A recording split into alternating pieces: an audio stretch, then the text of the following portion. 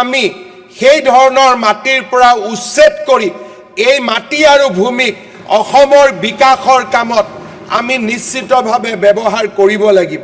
जेरैबायदि खोथा होदोंमोन एरैबायदि आसामनि दाब दाब जायगायाव इभेक्सन खालामनो थाखाय आसामनि chief minister doctor Himanta Biswa Sharma बिथां सारा गोख्रोङै एक्सन लानो इभेक्सन खालामनो थाखाय खोथा होबाय। जिहेतु बिथाङा आगोलनिफ्रायनो बुंबोगासिनो दंखायो आसामनिफ्राय जायफोरा इलिगेल इनक्ल'जारफोर बिथांमोनखौ ओरैबायदि होखारहरगोन जोनानै होखारहरगोन बेबायदि मोनसे गोख्रों बाथ्रा होबोबाय थाखादोंमोन। फिन पावाराव फैफिननाय लोगो लोगो बे बाथ्राखौ आसाम आयेन आफादनि सदनाव बिथाङा गोख्रोङै दिखांनानै फोरमायथिनानै होफिनदों। दा आं भिडिअखौ आबुङै होनो थांगासिनो दङ ससेब्लाबो। दा बेनि गेजेरावहाय बिथांनि बेफोर खामानिफोरा खोब साबजाथाव बाख्नायथाव।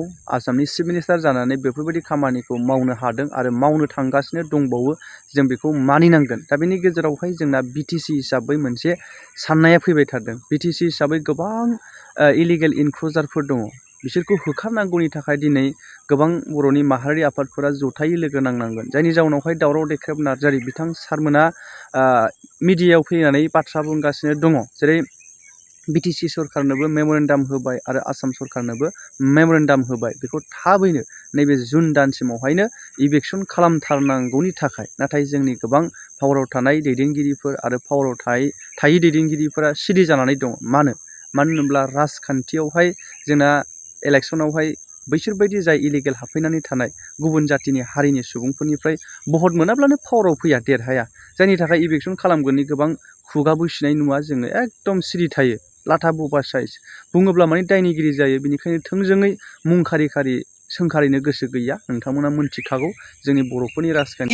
5টা বছৰত আমাৰ বিধানসভাৰ এক মূল এজেণ্ডা নিশ্চিতভাৱে হ'ব লাগিব। সুৰক্ষা আৰু বিকাশৰ দায়িত্ব আমাৰ বিধানসভাই ল'ব লাগিব। এই বিধানসভাতে চৰৰ মাটি মাতব্বৰৰ পৰা কাঢ়ি আনি কেনেকৈ আমি সাধাৰণ লোকক হস্তান্তৰ কৰিব পাৰোঁ তাৰো নিশ্চিতভাৱে ৰূপৰেখা আৰু পৰিকল্পনা আমি নিৰ্মাণ কৰিব লাগিব।